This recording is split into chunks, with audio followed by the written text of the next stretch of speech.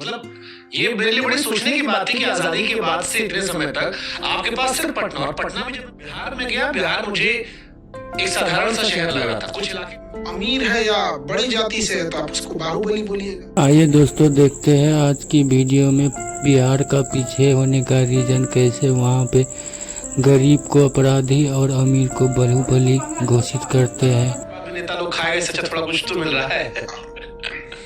तो देखिए बेसिक चीजें है ना, आप महंगाई कंट्रोल नहीं कर पा रहे हैं, सब चीजें बड़े। अभी एक बात बताइए, आप कहते हैं बेटी पढ़ाओ बेटी बचाओ, क्या किए बेटियों को पढ़ने के लिए? दुल्हन लिख देने से बेटी पढ़ने लगेगी?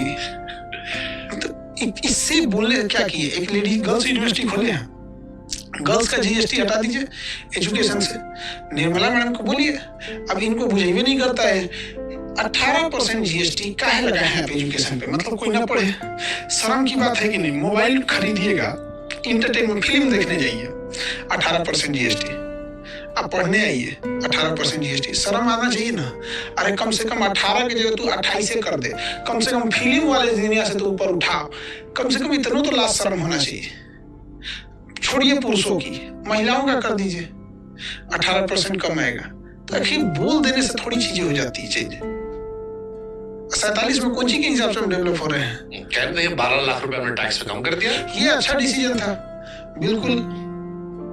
तो जो अच्छा चीज है वो उसमें कोई कमी नहीं है। इस 12 लाख, लेकिन ये वाला पॉइंट आपका सही है कि भाई हमारे एजुकेशन पर अगर हम एंटरटेनमेंट पर, लग्जरी चीजों में पैसा खर्चा करते हैं, वहां बैठ लो ठीक है, बट बेसिक नेसेसिटी पे तो आप छूट दे सकते हो। हम जब ये हल्ला किए तो फिर पता चला गवर्नमेंट ने किताब पर जीएसटी नहीं था वो पे लगा दिया। तो अब हम तनी दबे अंदाज में कहते हैं फिर कोनो चीज पे मत लगा दें। लोग सुनवे नहीं करती हैं इनको। वित्त मंत्री को बोलेंगे तो कहेंगे मैं तो पढ़ाई छोड़ दी। उनका तो अलग स्टेटमेंट आता है।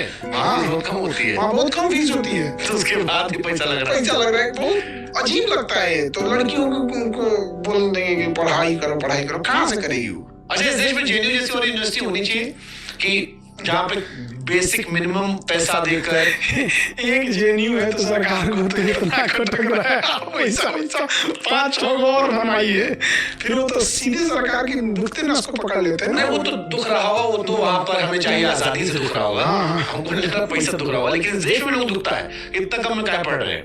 हम भी सोचते थे जेएनयू से सस्ता है हमसे। बाहर एमबीबीएस करेंगे तो 1-1.5 करोड़ लगेगा, अंदर 5,000। इतना बिना डोनेशन के। हाँ, तो एम्स में बेसिकली एम्स डोनेशन के लिए नहीं है, वो 1% सीट जो रहती है डोनेशन वाली वो अलग चीज है वहाँ पे, लेकिन जो एम्स में निकाल के जाते हैं वो लोग। नहीं तो ऐसी यूनिवर्सिटी देश में और क्यों नहीं बनती है? जैसे जेएनयू हो गया, आप एम्स का जिक्र कर रहे हैं, ऐसे और क्यों नहीं बनती? सबसे बड़ा खराबी क्या चीज है कि ये एक तो एम्स, सरकार से पूछो एम्स तो कहते हैं कि एम्स हमने इतना बना दिया। भाई पहले समझिए कि आपके दादा के पास 5 गो भैंस था, हम 15 गो भैंस रख लिए, यही ना कहने का? अरे भाई भैंस की जगह आप खरगोश पे आइए, भैंस की जगह आप ऊंट लेके आइए, भैंस की जगह आप गाय लाइए। ये क्या रट रहे हैं कि 15 से हम 30 गो भैंस कर दिए, 35 गो भैंस कर दिए? मैंने एम्स ही ना बनाए हैं। एक नया कंसेप्ट लाइए लोगों के दिमाग में बैठे कि ये वाला चीज एक ऐसा आप ना वो विवेकानंद जी के नाम पर रख लीजिए, विवेकानंद मेडिकल कॉलेज, मतलब ये वाला कॉलेज किडनी के लिए स्पेशलिस्ट है। ये इस टाइप का कुछ तो नया कंसेप्ट बनाइए। उसी चीज की संख्या क्या कर रहे हैं, बढ़ा रहे हैं। आईआईटी को उसी की संख्या आईआईटी को बढ़ा रहे हैं। मतलब हम लोग बुराई क्या है? मतलब कोई बुराई नहीं है, कोई बुराई नहीं है, बट एक इनोवेशन नहीं ना है ये तो आप उसको और बढ़ा रहे हैं, बढ़ाते जा रहे हैं। चलिए 10 की जगह 20 कॉलेज आ जाएगा। चेंजिंग क्या, इनोवेशन क्या है, नया कंसेप्ट क्या?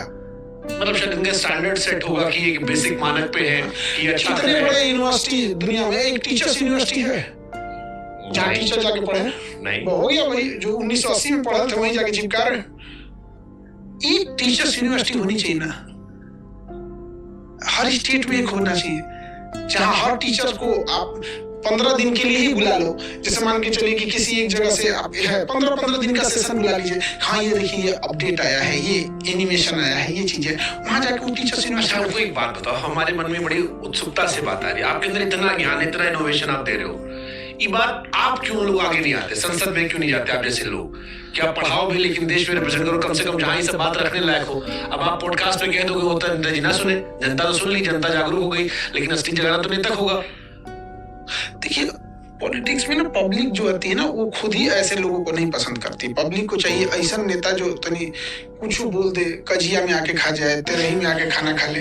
उनको ये सब आदमी नहीं चाहिए कि भैया जो जीडीपी के डेवलपमेंट की बात करे, जो ये कहे कि भैया ये जो आप नहर बना रहे हैं यहाँ पे, तो नहर बनाइए, ये सब वो सब। तो हाइपोथेटिकली अगर मैं पूछूं कि अगर मान लो चुनाव लड़ो तो आपको लगता है हार जाओगे? नहीं, हमको ये सब चीजें देखिए, आपको पठान से खुद फुर्सत नहीं है। हम आपको पहले भी बता रहे हैं, इच्छा नहीं, हमारी इच्छा है कि हम एग्रीकल्चर में किसानों के लिए ऐसा काम कर सके कि आने वाले समय में किसान अपना 4 व्हीलर पे घूमे।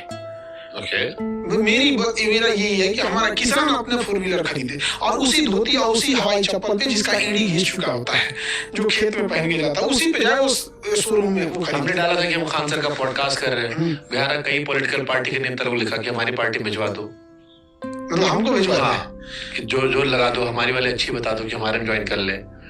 तो मतलब आपके बताने से हमको नहीं पता चल जाएगा वहाँ कौन अच्छा है? अरे सोर्स से बात कर रहे थे कि थोड़ा भावनात्मक जुगाड़। आपका इंटरेस्ट नहीं पॉलिटिक्स में, एक्टिव पॉलिटिक्स में? देखिए क्या हमको ये नहीं समझ में आता कि एक नहीं, इस देश में क्या होता है सर, जब आदमी बड़ा बन जाता है किसी फील्ड में तो लोग चाहते हैं तुम चुनाव लड़ लो, अब तुम चुनाव लड़ लो, सबको चाहते हो, ये होता है। और दूसरा शायद भारत में अच्छे लोग शायद पॉलिटिक्स में कम, एक रीजन ये भी है कि अच्छे लोग कम है, तो कोई आदमी जब बदलाव की बात करता है तो लोग चाहते हैं कि काहे खाली काहे कह रहे हो, आकर के दिखा दो। देखिए सबसे चीज क्या लगती है ना यहाँ पे कि आप जब व्यवस्था को चेंज करने की बात कर रहे हो तो पब्लिक को भी उस हिसाब से चाहिए होता है। जब आप जाति में बटे रहेंगे, धर्म में बटे रहेंगे तो क्या कर पाएंगे? और लोग भी ना, पढ़े लिखे लोगों की खराबी होती है कि वो ज्यादा तू में नहीं करते हैं। नेताओं को देखिए ना, कहीं जाएंगे चाची कैसे हो ये हो, उसको दिखेगा, पढ़ा लिखा इंसान दिखेगा, भैया इसके पास तो घर नहीं है, अब इसका इनकम कैसे होगा यहाँ पे, इसका बेटा है यहाँ है गुजरात, वो उसके सोल्यूशन में लग जाएगा। और कहेगा अच्छा आदमी नहीं था तो कुछ कर भी नहीं किया हमको, वो सोल्यूशन में लगेगा। आओ चाची उची कुछ नहीं, ऐसे कुछ बांट देगा। पढ़ा लिखा इंसान सोचेगा ये बांटने से इसको तो कुछ नहीं होगा, इसको ये कपड़ा दे देंगे, क्या कर लेगा ये बेचारा, मुर्गा भात के लिए क्या कर लेगा ये बेचारा। तो लोगों को दीवार करना फाद रहे, चाची पाए लगी, भैया कैसन हो, भैंसिया ठीक है, घर दूध देते नहीं देते, उसी में ठीक लग जाएगा यहाँ पे। एक तो सबसे खराब चीज हमको क्या लगता है इंडिया में, प्लेन बीए कर दिया, बीए कर दिया, बेकार बैठने से अच्छा है, बेकार बैठने से अच्छा, बेकार बैठने से ज्यादा खतरनाक है बीए कर दिया यहाँ पे। आप बताइए, हम अगर किसी को बीएससी नर्सिंग करा देते हैं तो बीएससी नर्सिंग वाला इंसान ना डॉक्टर के बाद वही होता है, डॉक्टर के जस्ट बाद नर्सिंग होती है। और किसी भी हॉस्पिटल का बैकबोन होता है नर्सिंग चीजें। तो अगर हम किसी को नर्सिंग करा देते हैं तो कितना बेहतर हो सकता है। अब आपको कोई सड़क एक्सीडेंट होगा तो 10 आदमी उसको देखने आएंगे यहाँ पे, वो बेचारा उधिया गया है, गिरल है, छिटाया है, इसे तैसे, उसमें से आप खोजिएगा, उस मरीज को छोड़ दीजिए। अब जो भीड़ खड़ी है 20, उसमें पूछिए कि बीएससी का है तो 5 को, बीए 15 को, बीकॉम इतना, और बीएससी नर्सिंग कोई नहीं। जबकि वहाँ क्या था, अगर कोई नर्सिंग किया रहा था उसका फर्स्ट एड वहीं इलाज करके उसको फर्स्ट लाइन ट्रीटमेंट दे सकता था। तो जो अच्छा का पढ़ाई है ना, सरकार ने उसको बहुत महंगा रखा है। बीएससी नर्सिंग करने जाइएगा तो 7 से 10 लाख रुपए लगेंगे, अब बीए करने जाइएगा तो 25-30 हजार, नॉर्मल मतलब 10-15 हजार से स्टार्ट हो जाता है। अलग अलग कॉलेज थोड़ा महंगा सस्ता लेते हैं। अच्छा, जितने ये प्राइवेट कॉलेज खुल गए सब्जी मंडी की तरह, इनमें प्लेसमेंट होता नहीं है, ये खाली बुलाते हैं, पैसा लेते हैं, 4 साल मौज मस्ती करवाते हैं, आपको छोड़ देते हैं, फिर आप उसकी जगह फिर घर से कर्जा लेते हो, फिर आप एमबीए कर लेते हो। यही भारत में चल रहा है। इसको रोकना नहीं चाहिए कि अगर आप प्लेसमेंट नहीं करा सकते हो, पहले से पता है प्लेसमेंट नहीं करा सकते हो, आपका एजुकेशन लेवल इतना नहीं है, ना मॉनिटरिंग है, ना कुछ है, 10% बच्चे 20% बच्चे प्लेसमेंट होता है, और जिनका होता भी है मैंने देखा है वो 2-4 महीने में भाग जाते हैं। जो पहले से चल चुके हैं ना, जिनका रिकॉर्ड देख लीजिए, प्लेसमेंट नहीं हुआ, बंद करा दीजिए उनको। आगे वाले को क्या रोक रहे हैं? जो नया खोलने जा रहा है आप उसको रोकिएगा तो हो सकता है कि वो नया यूनिवर्सिटी नया कॉन्सेप्ट ला रहा था उसको रोक देते। जो पहले खराब कर रहा है उसको बंद कराइए, जो इनका परफॉर्मेंस खराब है। 2047 में बिहार कहाँ होगा? देश तो पावर हाउस बन जाएगा, 2047 में बिहार क्या बनेगा? यहाँ ये लोग नहीं बोलेंगे 47 में विकसित हो जाएंगे। बिहार वाला नहीं मिला, अभी जाएंगे ना इलेक्शन कवर करके तो पूछेंगे, अभी आपसे पूछ ले रहे हैं। एक चीज 47 में तो पावर हाउस देश बन रहा है हमारा, हम नंबर 1 बन रहे हैं, विश्व गुरु। बिहार क्या बन रहा है? अब ये वहाँ का नेता लोग बताएगा लोग क्या बनाना चाह रहे हैं। जिस हिसाब से वहाँ पे चीजें चल रही हैं बहुत ज्यादा आप नहीं बदलाव देख पाएंगे। कोई धरातल पे जो चेंज करने वाली चीजें हैं वो है ही नहीं है। आप समझ कीजिए कि बिहार के लोगों को इस तरह से बेवकूफ बनाता है सब कि यहाँ फैक्ट्री नहीं है। मतलब तुम फैक्ट्री डाल के अपना सामान चेन्नई बेचोगे, फैक्ट्री डाल के अपना सामान अमेरिका बेचोगे, तुम्हारा खाने वाला मछली आंध्र प्रदेश से आ रहा है, पहले उसको तो बना लो, मछली तो पोस लो बढ़िया से। सर मैंने कहीं अंडा जो बिकता है ना, बिहार का अंडा, जो लोग अंडा खा रहे हो, वो बिहार से सप्लाई पूरी नहीं हो रही है। क्या बेवकूफ बना रहे हो उस इंसान को? वहां जो ब्रेड जा रहा है वो बनारस से जा रहा है, जो मंदिर में फूल चढ़ रहा है वो बनारस से जा रहा है, कलकत्ता से बढ़िया डेकोरेशन का फूल कलकत्ता से आ रहा है। भाई किसको बेवकूफ बना रहा है? जो तुम्हारी जरूरत की चीजें पहले उसको बना लो, फिर तुम दिल्ली मुंबई की चीजों को पूरा करना। मैंने कहीं ऐसा कोई वीडियो देखा था, आपका था किसी और का था, कि बिहार में शहर भी कम है। आप यूपी की बात कर ले, आपको 20 शहर मिल जाएंगे अलग। बिहार में पटना, बिहार में सिर्फ पटना बस।